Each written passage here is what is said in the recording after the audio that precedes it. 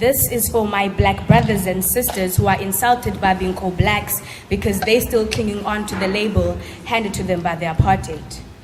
This is for my colored siblings who reject being associated with themselves. This is for the chosen one who was sent to come save his people. No, black people, I'm not talking about your Messiah. I am talking about democracy, who has been coming for 22 years now. I wonder if he got lost along the way, how? The illusion of freedom came from a generation that celebrated too soon. What can I say? A lost people that celebrated a moment of exchanging chains of the Dutch lingo to new confinement of British neologism.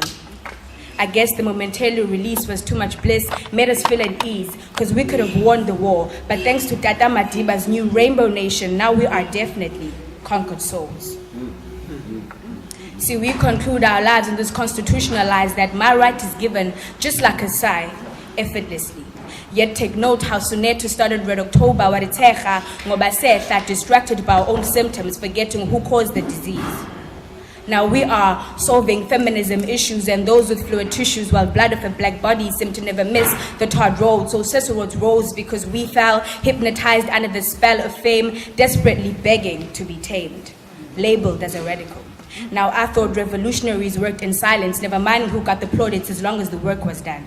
But nonetheless, we shine our insecurities under DM as our PAC. I hope we'll see before we destroy our seeds, which we planted so delicately and beautifully. They say, black man, you are on your own. See, that would make sense if we actually had something to own. Give me anything. Give me back my land, my language, anything, but not a facade of a comrade. Don't you dare patronize me and refer to me as Afrika, a name instilled in us after a Roman who conquered our land.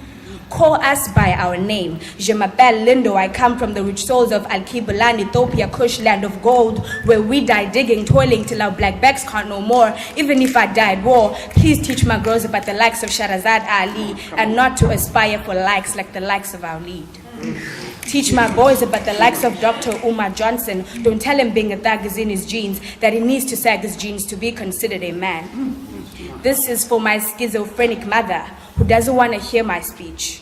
This is for my true radical brother, whom if you peel his layers of selfish gain, narcissism, and deep-rooted colonized thoughts, who bloom a black dynamite of intellectual explosives consisting of nitroglycerine. This is for the anoxic CO2 inhalers, Godikasi, the true old days when a white man would have never walked our streets because we knew who the enemy was. Now we are sugar water consoled black souls trying to brainstorm on how to free black souls with their oppressor by their side. This is for my black brother who feels the need to defend the elite class while he bears the scars, and I ask myself, why do we do this to ourselves?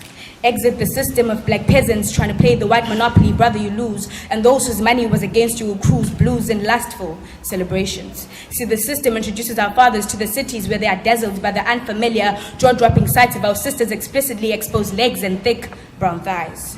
See, the system seldom so returns our fathers back home where they come back bearing gifts for our mothers with Lurch's guilt written on his smile, gifts wrapped in red ribbons of HIV.